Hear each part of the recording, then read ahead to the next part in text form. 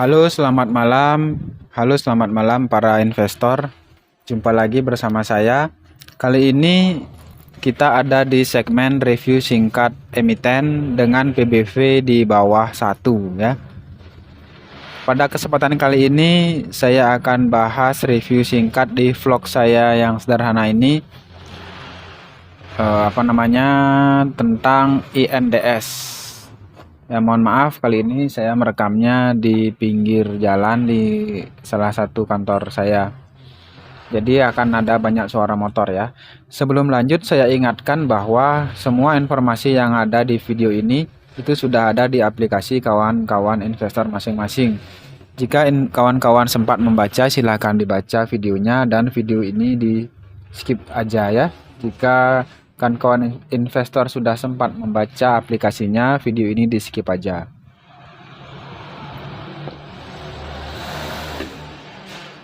Jadi saya langsung masuk ke review singkat INDS. INDS ini adalah sebuah perusahaan industri yang memproduksi pegas untuk kendaraan, baik berupa pegas daun maupun pegas keong yang diproduksi dengan proses dingin maupun panas. Yang menarik adalah dia berlisensi dari Mitsubishi Steel Manufacturing Jepang ya. Pada bulan Agustus 1990 perseroan memasuki pasar modal dengan mencatatkan 15 juta saham di Bursa Efek Jakarta dan Bursa Efek Surabaya. Nah, sebelum lanjut, saya ingatkan untuk kawan-kawan yang belum subscribe, mohon dukungannya dengan subscribe dan menekan tombol loncengnya agar dapat notifikasi setiap video yang diupload di vlog ini ya. Saya lanjut, informasi ini saya dapatkan dari website indospring.co.id ya. Dan laporan keuangannya saya ambil juga dari idx.co.id. Serta data keuangannya saya ambil dari aplikasi Stockbit. Kita langsung masuk ke profile ya. INDS ini termasuk di sektor barang konsumen non-primer dengan subsektornya otomotif dan komponen otomotif ya.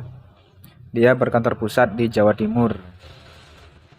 Kemudian tanggal pencatatan saham pertama itu tanggal 10 Agustus 1990, jadi cukup lama di bursa dengan harga IPO 9.000 per lembar ya. Saya lanjut ke pemegang saham. Ini penting ini para investor. Pemegang saham utamanya itu adalah Indoprima Gemilang dengan kepemilikan 88,11%. Dilanjutkan dengan kepemilikan masyarakat sebesar 11,89% ya.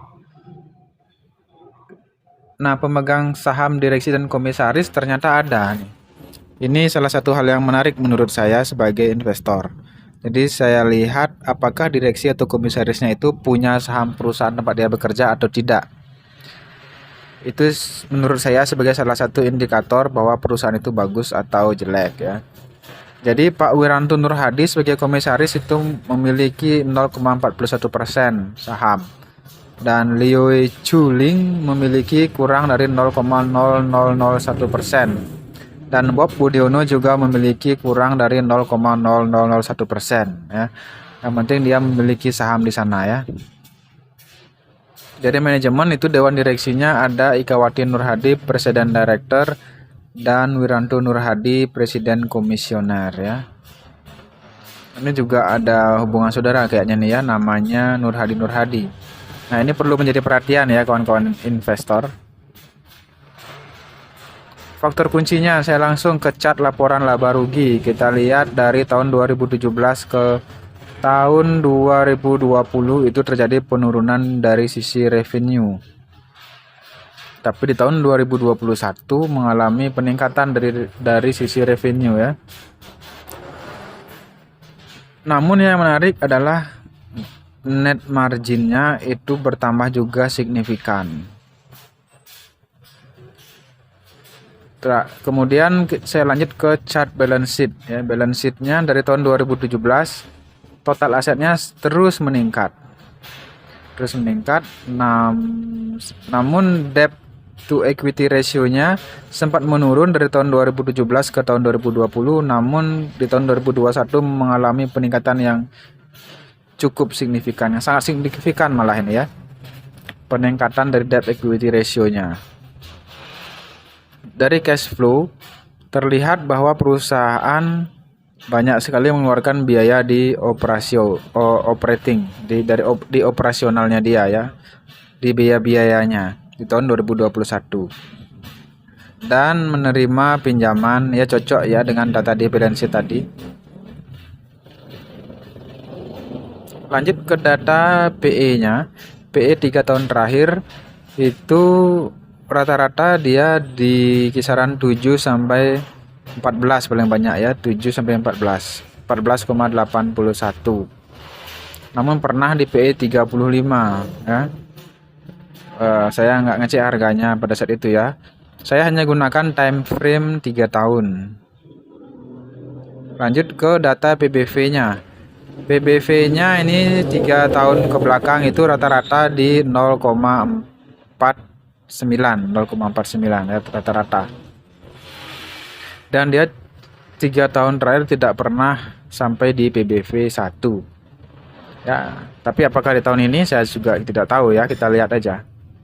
Kemudian dari order booknya itu terlihat sepi banget, sepi. Mungkin karena belum banyak yang melirik ya sahabat investor. Saatnya masuk nih sekarang. Kita lihat di broker summary dari bulan September sampai Desember itu terjadi distribusi tapi tidak terlalu besar. Kita masuk ke revenue penjualan kotornya itu mengalami peningkatan dari tahun 2020 ke 2022. Jadi perusahaan ini perusahaan yang profit ya. Penjualan kotornya itu disetahunkan itu 3.540 miliar, setara dengan atau 3 triliun ya. Luar biasa nih perusahaan menurut saya ya. Dari valuasi kita hanya melihat di current price to book value itu 0,48. Dan per share-nya itu current book value per share itu di harga 4.195. Saat ini dia diperdagangkan di rata-rata 2000-an, dan hari ini per video ini dibuat saya lihat dia turun 4%. Saatnya ambil menurut saya kalau punya dana dingin. Kita lihat dari kemampuan membayar hutangnya, ini bagus ya. Debt to equity ratio-nya 0,15, masih tidak terlalu besar, masih wajar. Kemampuan menghasilkan labanya kita lihat dari net profit marginnya. Net profit marginnya itu di bawah 2 digit sih, tapi cukup besar juga, 7,56%. Dan operating profit marginnya itu bagus menurut saya, sudah 2 digit, 10,61%.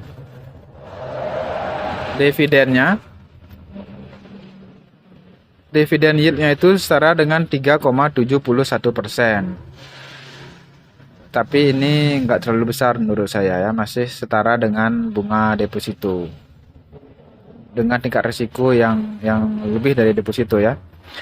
Income statementnya kita lihat revenue-nya itu 3.141 miliar atau 3 triliun ya.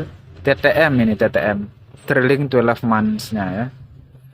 Atau hampir disetahunkan. Kita lihat lanjut ke income statement-nya. Total equity-nya ini dia ada di angka 2.753 miliar atau 2 triliun total equity-nya. Dengan total aset di quarter per quarter itu 3.708 miliar atau 3 triliun. Dengan total liabilities laporan per quarternya 833 miliar. Masih tergolong bagus ya. Cash flow statement. Nah, ini dia free cash flow-nya, TTM-nya minus 168 miliar. Wajar saja sih dia menambah pinjaman ya. Tuh cash from financing ada 198 miliar.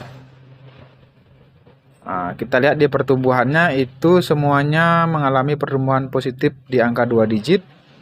Namun yang negatif itu ada di net income-nya dan di earning per share-nya negatif ya.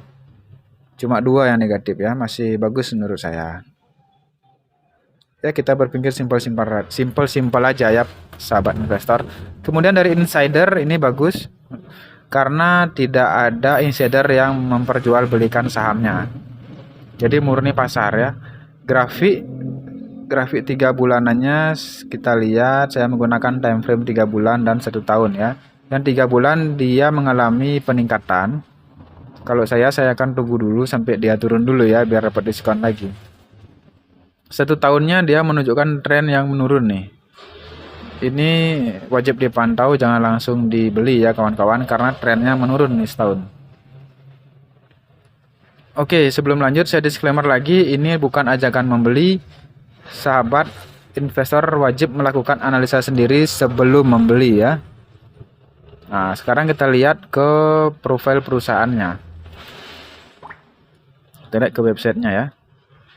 Kita lihat ini Indoprima Group ini ternyata memiliki di bawah Indoprima Investama itu ada Indoprima Gemilang, Indonesia Royal Resource, dan Indonesia Royal Property. Ternyata dia punya perusahaan properti juga ya kawan-kawan.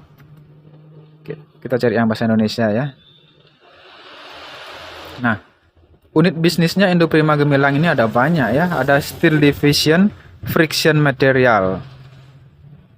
Kemudian ada Distribution dan Retail dan Other Component. Yang menarik di sini adalah ternyata saya juga baru tahu ini.